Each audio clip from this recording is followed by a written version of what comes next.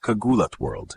Grabe, hindi lang sa tennis court ginugulat ni Alexandra Ala ang buong mundo, pati na rin sa larangan ng sponsorships at endorsements. Habang patuloy ang kanyang laban sa international tennis scene, tuloy-tuloy din ang suporta ng malalaking global brands na nakakita ng kanyang talento, karakter at simbolo ng Pinoy pride. Unahin natin ang Nike. Nagbigay sila ng special na tribute kay Alex noong Wimbledon, isang sampagwita-inspired hair tie na simbolo ng kanyang pagkakakilalang Pinoy. Isang simpleng gesture na nagpatunay na kinikilala siya hindi lang bilang atleta, kundi bilang isang cultural icon. Hindi rin nagpaiwan ng Globe Telecom na matagal ng kaagapay ni Alex mula pa pagkabata.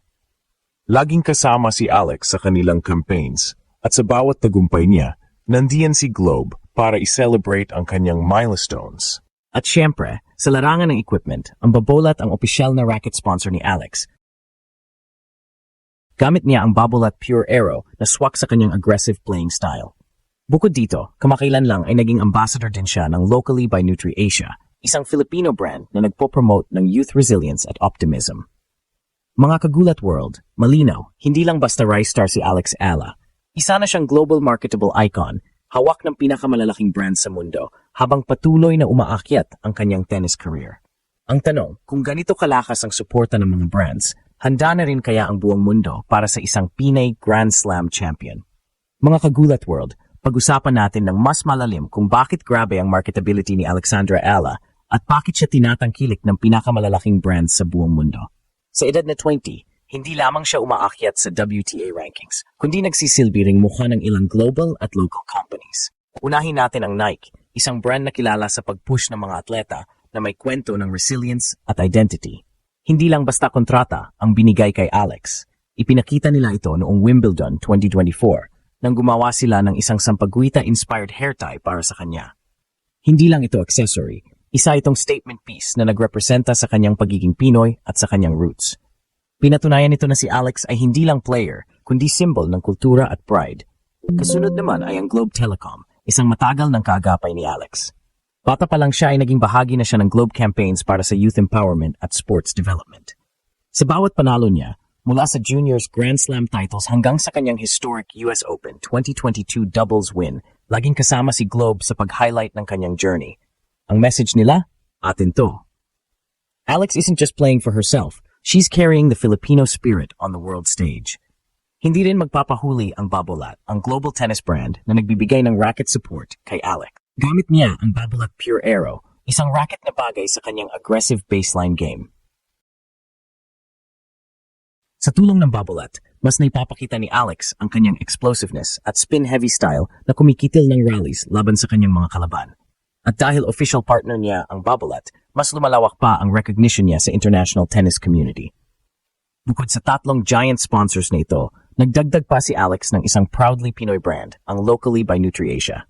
Ang campaign nila ay nakatuon sa resilience ng kabataan at perfect fit si Alex bilang role model na dumaan sa hirap, sakripisyo at tagumpay. Kaya Makagulat World, malinaw ang mensahe, si Alex Ala ay higit pa sa isang tennis player. Siya ay brand ambassador, cultural icon at inspirasyon ng kabataan. Ang kanyang marketability ay nakaugat hindi lamang sa kanyang talento, kundi sa kanyang identity bilang isang Pinay na umaakyat sa global stage. Kung ang ganitong klase ng suporta ay hawak na ni Alex ngayon pa lang, isipin ninyo kung ano pa ang maaring mangyari kung tuluyan siya maging Grand Slam champion o top 20 player sa WTA ranks. Siguradong mas dadami pa ang brands na tataya sa kanya at mas lalaki ang kanyang impluensya sa sports at kultura. Mga Kagulat World, dito pa lang ay malinaw na Alexandra Ala is not just playing tennis, she's building a global empire. Mga Kagulat World, kung sa part 1, nakita natin ang mga pangunahing sponsors ni Alex Ala gaya ng Nike, Globe at Babolat. Ngayon ay pag-usapan natin ang mas malalim na dahilan kung bakit napakalakas ng kanyang global marketability. Una, nasa kanya ang tatlong elementong hinahanap ng mga brands, talent, story at identity. Sa talent, hindi may kakaila ang kanyang achievements, 2 junior Grand Slam titles, isang historic US Open doubles breakthrough, at consistent climb sa WTA rankings. Sa edad na 20, marami pa siyang pwedeng abutin. Sa story, kitang-kita ang sakripisyo at determinasyon. Bata pa lang, lumipad na siya sa Spain para mag-training sa Rafa Nadal Academy. Doon nahubog hindi lang ang kanyang skills, kundi ang kanyang resilience bilang isang Pinay na lumalaban sa global stage. At sa identity, si Alex ay proud Filipina. Sa bawat laban, dala niya ang bandila ng Pilipinas at ito ang narrative na gustong ikabit ng mga sponsors sa kanya. Ikalawa, may kakaibang appeal si Alex sa Gen Z at millennial markets. Hindi lang siya tennis star, kundi social media savvy din na kayang makipag-connect sa fans. Hindi siya intimidating celebrity, approachable siya, humble at inspiring. Para sa mga brands, ito ang perfect na mix. Relatable, pero aspirational. Tingnan natin ang halimbawa ng Globe campaigns. Madalas ay nakafocus ito sa youth empowerment, digital lifestyle, at breaking barriers. Si Alex ang eksaktong embodiment nito, isang kabataang Pinay na nagtagumpay sa international scene dahil sa sipag, tiyaga, at suporta ng pamilya. Kaya swak na swak siya sa brand image ng Globe. Pangatlo, global expansion. Ang Nike ay hindi lang tumataya sa mga champions, kundi sa mga athletes na may cultural relevance. Kung paanong sina Serena Williams, Naomi Osaka, at Coco Gauff ay naging mukha ng tennis sa Amerika, posibleng si Alex Ayala ang maging unang Southeast Asian tennis superstar. At dahil galing siya sa Pilipinas, isang bansa na may malaking sports fanbase, malaki ang potential market reach niya. Hindi lang yan, mga kagulat world. Mayroon din siyang symbolic value para sa women empowerment. Ang statement ni Nike noong Wimbledon na gumamit siya ng Sampaguita-inspired hair tie ay hindi lang basta fashion.